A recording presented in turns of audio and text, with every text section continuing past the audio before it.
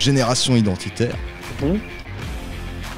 La manifestation au siège du PS en 2013, vos actions à la jungle de Calais, l'occupation du toit de la cave de Bobigny, le 25 mars, à la grande mosquée de Lyon, une action sportive aussi. Eh bien écoute, Génération Identitaire, c'est un mouvement politique de jeunesse qui est né en 2012. On s'était fait connaître à l'époque en occupant le toit du chantier de la mosquée de Poitiers pour envoyer un signal fort sur les questions d'immigration et d'islamisation.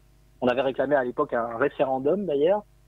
Et en fait, nous, on se considère un petit peu comme un lobby anti-immigration, pour faire simple, et anti-islamisation. Mais l'islamisation est une conséquence de l'immigration massive.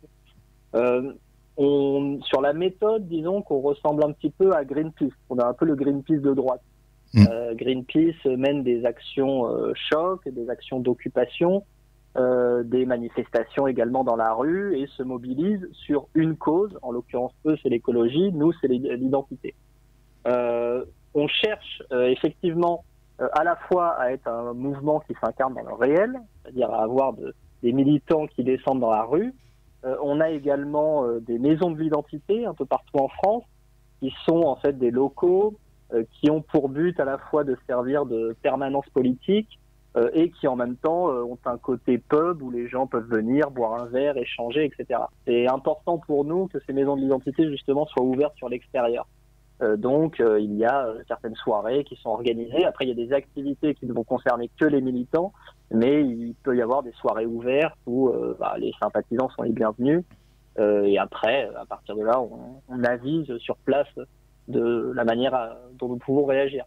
Mais ça se passe de cette manière en tout cas.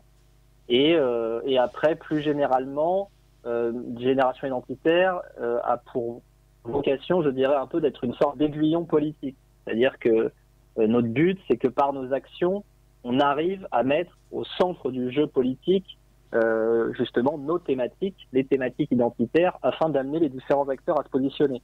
Et c'est exactement ce qui s'est passé récemment à Lyon, comme tu l'as évoqué. Donc c'était le 25 mars. Le 25 mars, il y a eu un appel à la prière qui a été passé du haut du minaret de la grande mosquée de Lyon. En fait, ce qui s'était passé, c'est que le même jour, les églises pouvaient sonner les cloches pour l'annonciation et en soutien au personnel médical par rapport à la crise du coronavirus. Et en fait, aussitôt, ce qui s'est passé, c'est qu'il y a certains islamistes qui ont vu une opportunité pour avancer justement d'un cran dans l'islamisation et ont dit qu'ils se joignaient à ce mouvement, alors même d'ailleurs que Valeurs Actuelles l'a révélé.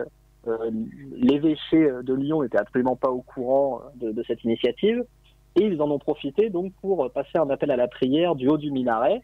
Il faut rappeler d'ailleurs que lorsque cette mosquée a été construite, les responsables musulmans à l'époque avaient dit « Ne vous inquiétez pas, bien entendu, il n'y aura jamais d'appel à la prière du haut du minaret ». Manifestement, donc ils n'ont pas tenu parole et donc il y a eu toute une polémique qui s'est créée autour de cet appel à la prière. Nous, tout de suite, ce qu'on a fait, c'est qu'on a décidé de se mobiliser. Alors, étant donné que c'est le confinement, on l'a fait dans un premier temps à travers les réseaux sociaux pour informer le maximum de gens de cet appel à la prière et ce qui s'était passé à Lyon. Par la suite, du coup, il y a eu des réactions en chaîne. Valeurs Actuelles, du coup, s'est intéressé à cet appel à la prière, a fait un article. La médiatisation ainsi créée a amené Éric Zemmour à en parler sur son émission de CNews. Et de fil en aiguille, Marine Le Pen en est arrivée à écrire une lettre ouverte à Christophe Castaner pour lui demander des explications et qu'il fasse cesser ses appels à la prière. Et Castaner, du coup, était quand même dans une position délicate et il s'est retrouvé à demander, de manière tout à fait officielle, aux responsables musulmans de cesser les appels à la prière. Et d'ailleurs, Bastien Lejeune, qui est un des journalistes de Valeurs Actuelles, a écrit dans un de ses articles que justement, c'était une victoire, une petite victoire pour les militants de Génération Identitaire, parce que finalement, on a rempli notre rôle d'aiguillon que j'évoquais précédemment parfaitement. On a mis un sujet sur la table et on a amené les différents acteurs à se positionner. Et en plus, à l'issue de ces différents positionnements, on a obtenu gain de cause. Donc voilà, ça c'est, si on peut se demander quel est l'objectif de Génération Identitaire ou à quoi sert Génération Identitaire, et bien nous servons à avoir ce type de petite victoire, par exemple. On voit la différence. Les gilets jaunes, ils se font tirer dessus, et là, t'as des imams. Sans vous, ça aurait continué, ça se trouve, le gouvernement n'aurait rien fait. Alors, est-ce que c'est de la crainte ? Il y a quand même une différence de traitement. Ah oui, bien sûr.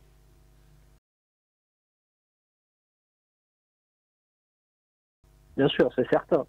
Et déjà même, on avait quand même pu observer pendant les mobilisations des Gilets jaunes que là, la répression policière était quand même assez forte, pour ne pas dire plus, et qu'en tout cas le gouvernement, manifestement, là, avait passé des consignes pour que la répression soit la plus ferme possible. Et on peut observer, là, pendant le confinement, par exemple, que avec toutes les émeutes qu'il y a pu y avoir en banlieue ces derniers temps, ou même le non-respect du confinement, que la police fait beaucoup plus attention dans les banlieues qu'elle ne le faisait à l'époque des Gilets jaunes. Ça, c'est une évidence. Et en fait, il y a un deux poids, deux mesures qui en réalité est systématique et qui est d'ailleurs pas exclusif à la question du maintien de l'ordre. Ça va un tas d'autres domaines également. Moi, j'ai rejoint Génération Identitaire en 2012, à la base comme un simple militant. Au tout début, quoi. C'est ça, qui voulait en fait apporter sa pierre à l'édifice. Et puis après, en intégrant le mouvement, du coup, j'ai reçu une formation intellectuelle, politique, et puis militante, bien évidemment. Et du coup, après, j'ai eu des prises de responsabilité progressives, et jusqu'à aujourd'hui devenir l'un des porte-parole du mouvement. Il y a quelques mois, avec Nous Voulons Vivre, nous avions aidé un SDF français, Michael. Et grâce à vous, il a réussi à obtenir un logement.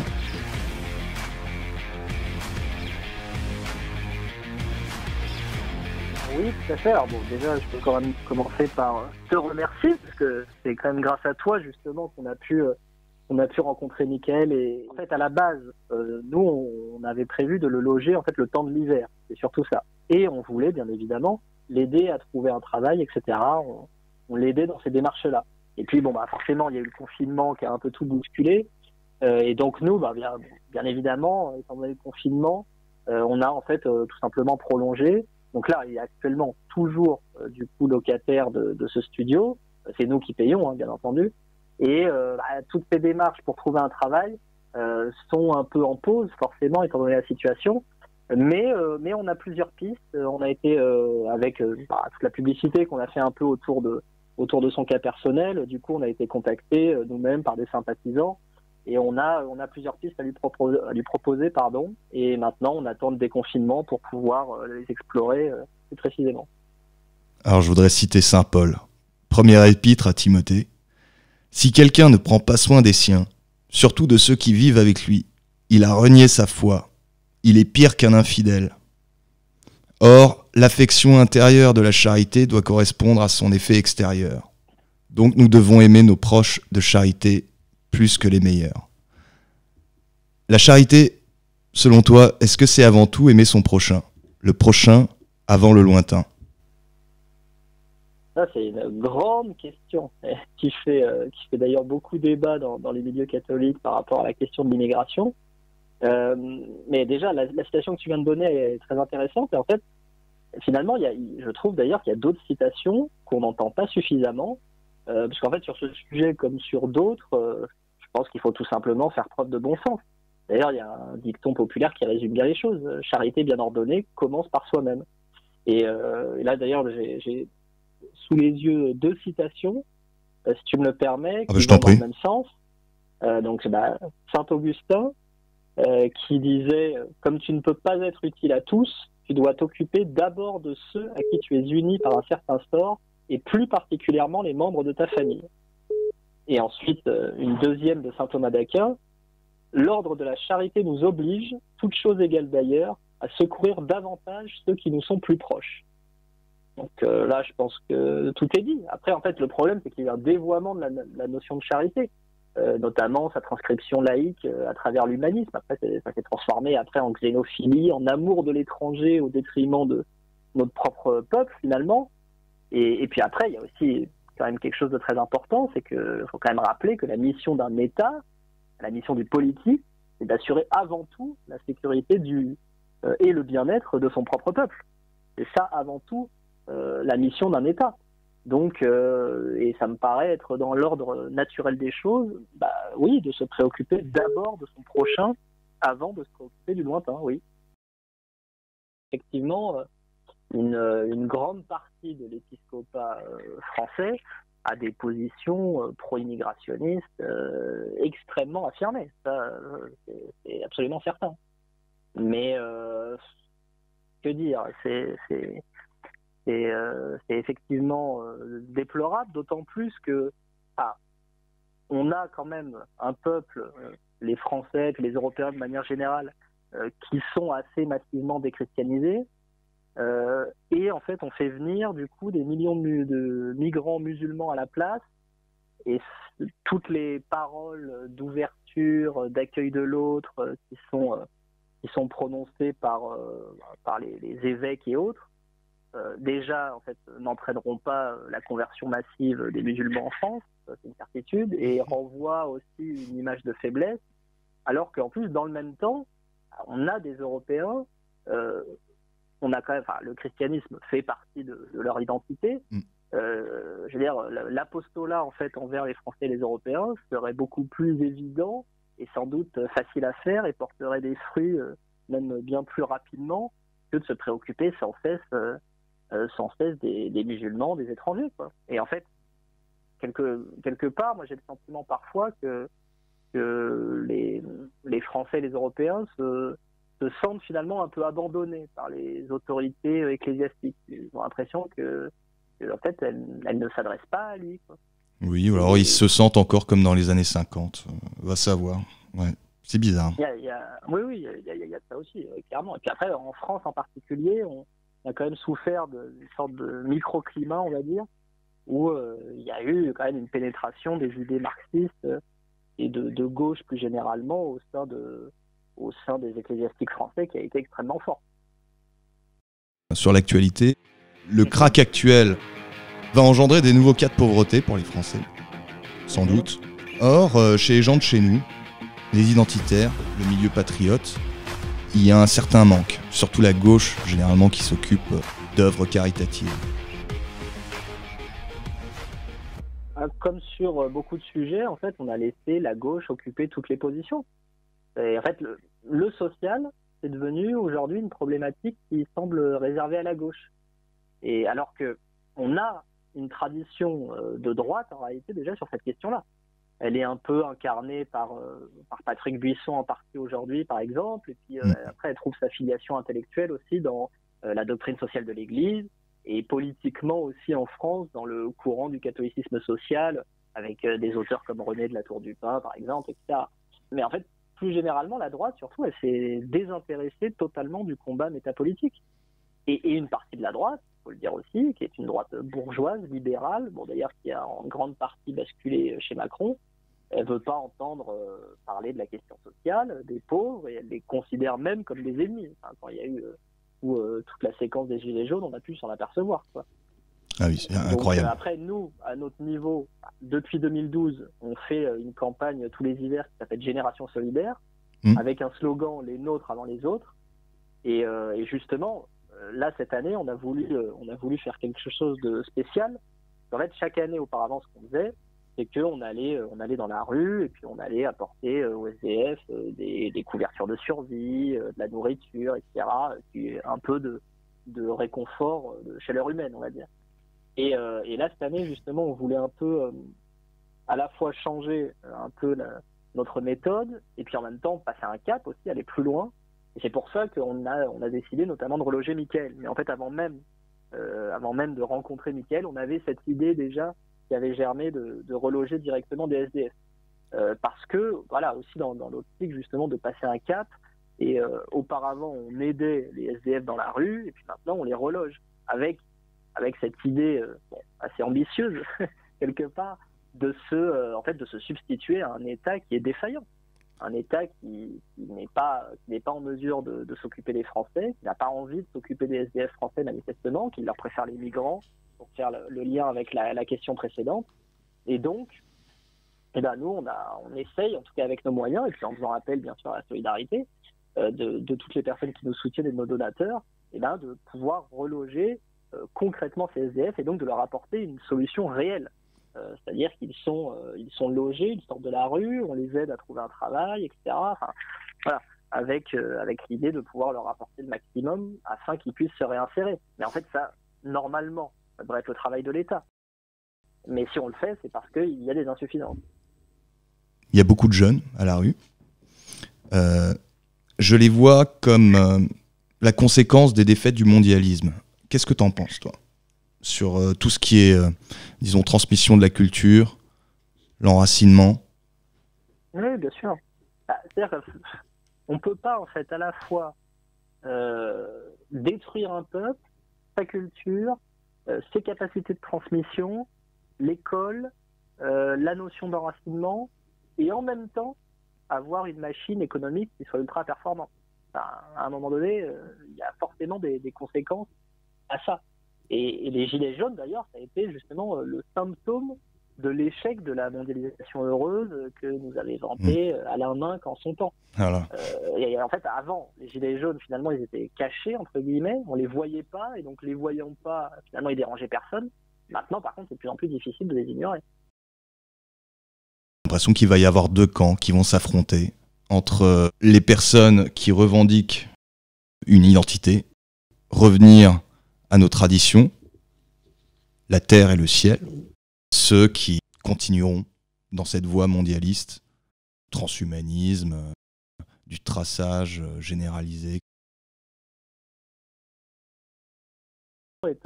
En réalité, c'est un besoin fondamental de l'être humain. Même si, là, aujourd'hui, on a des gens qui le nient, c'est une évidence. Et d'ailleurs, si on doit faire le lien avec la situation actuelle, en réalité, là, quand même, on peut observer qu'en ce moment, c'est plutôt un sale temps pour, justement, les no-borders, par exemple.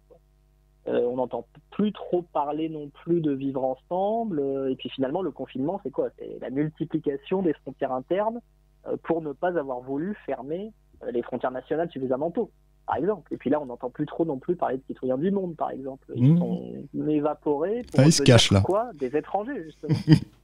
Et la doxa mondialiste, en fait, elle est quand même mise à mal en profondeur, je trouve, en ce moment. Parce que l'ouverture, le tout le monde est chez soi partout, là, c'est plus trop à la mode, en tout cas, en ce moment, quoi.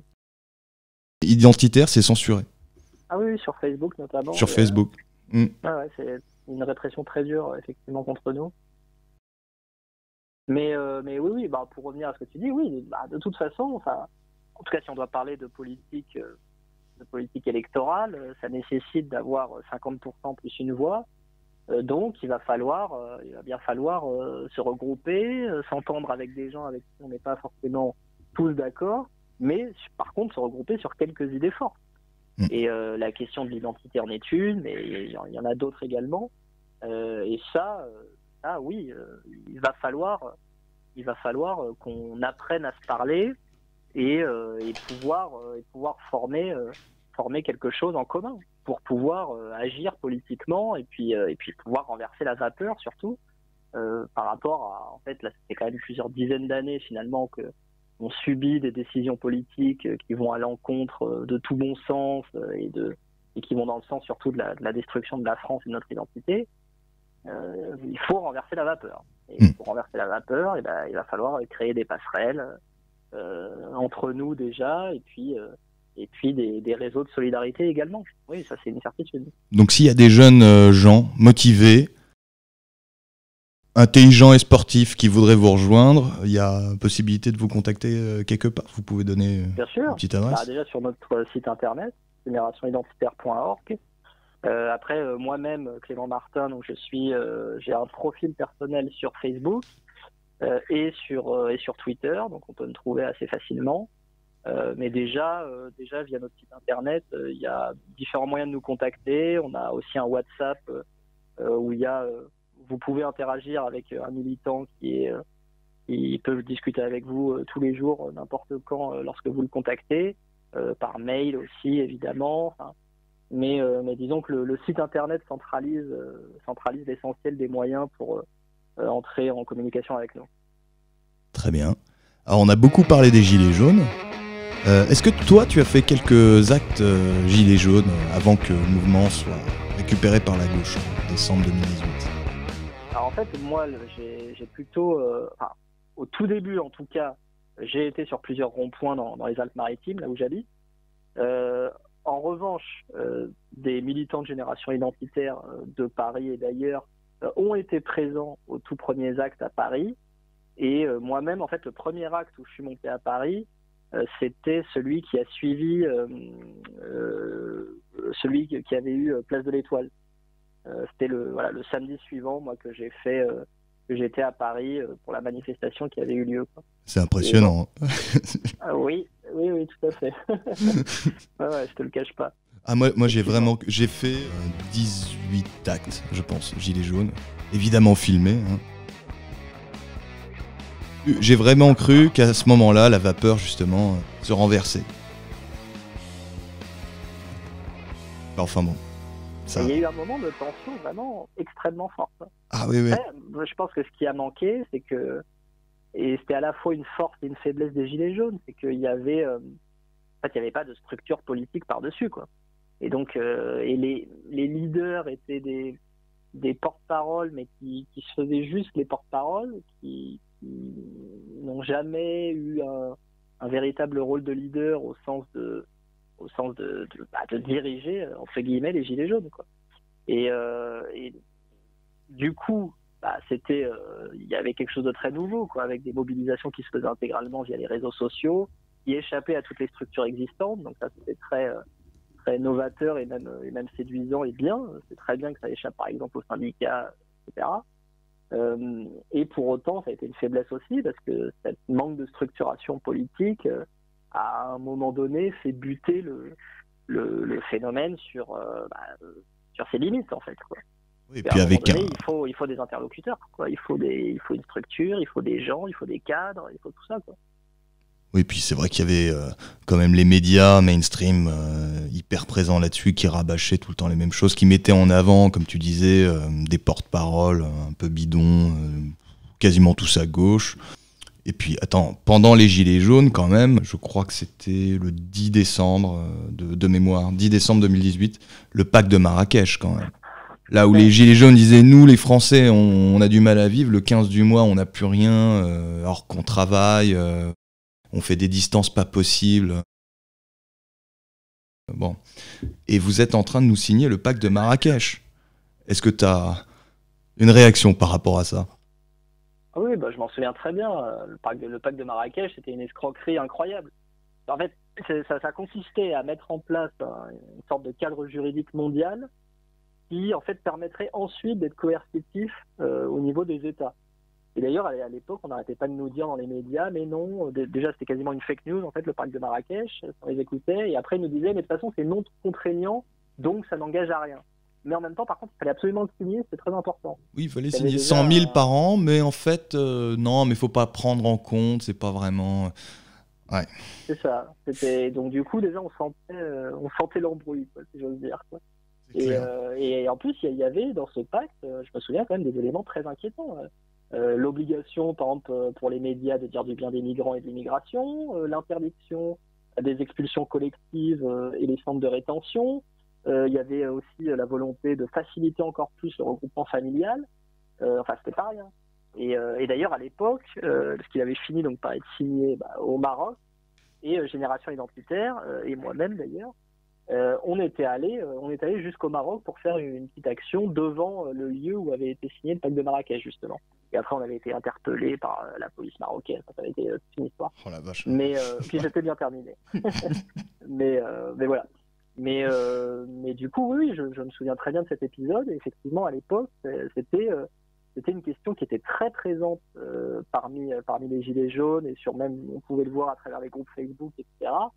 Et la gauche, qui après s'est massivement infiltrée, on va dire, dans ce mouvement, ou en tout cas a tenté de le récupérer, a fait taire toutes ces revendications-là, quoi, pour parler davantage de 6ème République, blablabla, de tout un tas de choses, et toutes les thématiques identitaires ont été mises sous le tapis.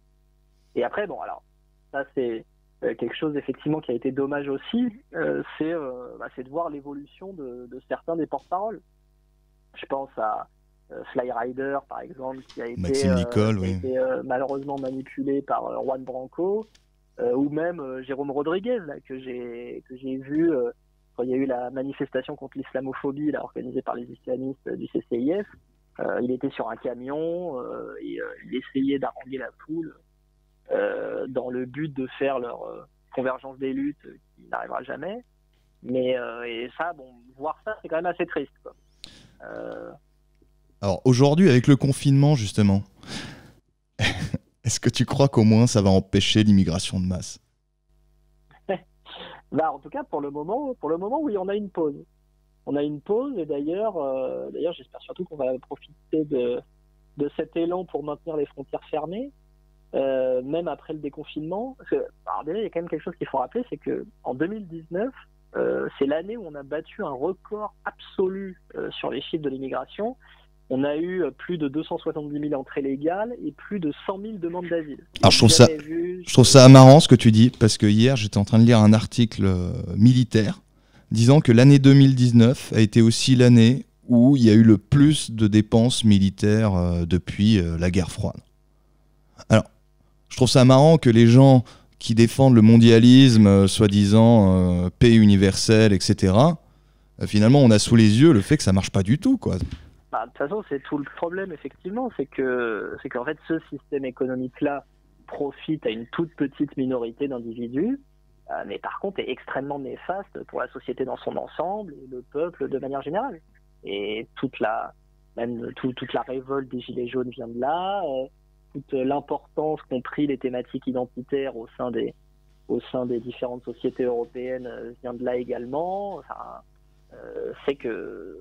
ce système-là n'est pas bon pour le bien commun, c'est une évidence. Et pour terminer, est-ce que tu aurais un petit message d'espoir, justement, aux Français et aux Françaises qui nous écoutent ?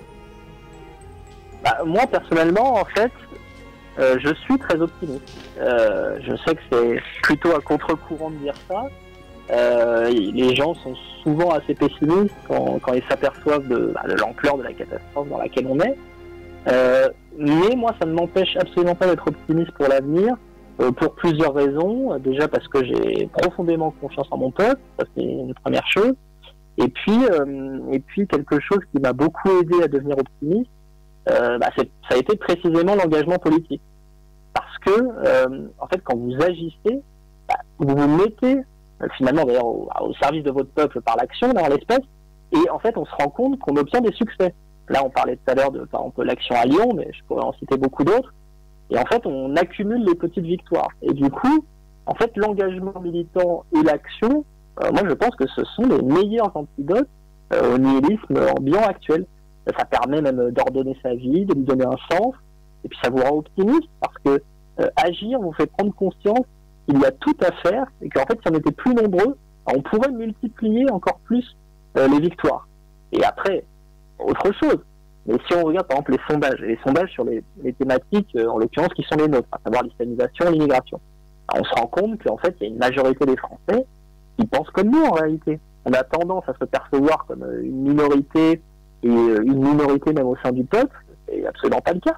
Il y a une majorité des Français qui sont contre l'immigration, une majorité des Français qui sont contre l'accueil des migrants, une majorité des Français qui sont hostiles à l'islamisation, qui sont contre la construction de mosquées, qui sont pour l'interdiction du voile dans tous les lieux publics et même dans la rue. Les Français sont également favorables à la déchéance de nationalité pour les djihadistes binationaux, pour l'expulsion des délinquants étrangers, etc., etc. Je pourrais continuer longtemps. À chaque fois, entre 60 et 70%. Donc en fait, la problématique, elle n'est pas tant de les Français pensent comme nous. En fait, en réalité, c'est déjà le cas sur beaucoup de sujets. Mais en fait, la problématique, c'est plus de réussir à transformer ça politiquement. Et c'est là-dessus, en fait, qu'on a une réelle difficulté. Et donc, là aussi, l'engagement politique de chacun, que ce soit dans des partis ou dans des mouvements, à génération identitaire, bien sûr. Et il y a aussi d'autres manières de le faire. Mais je pense qu'en tout cas, pour s'en sortir, en fait, on s'en sortira grâce à la masse de travail qui sera accomplie par l'ensemble l'ensemble de nos membres. Et donc ça, je pense que c'est quelque chose qui est sous-estimé et qui pourtant, par exemple, devrait nous rendre optimistes. Parce que oui, beaucoup de nos idées sont en fait très largement partagées. Maintenant, ce qu'il faut faire, c'est réussir à ce qu'elles soient appliquées. Voilà. C'est ça l'enjeu pour nous, je pense.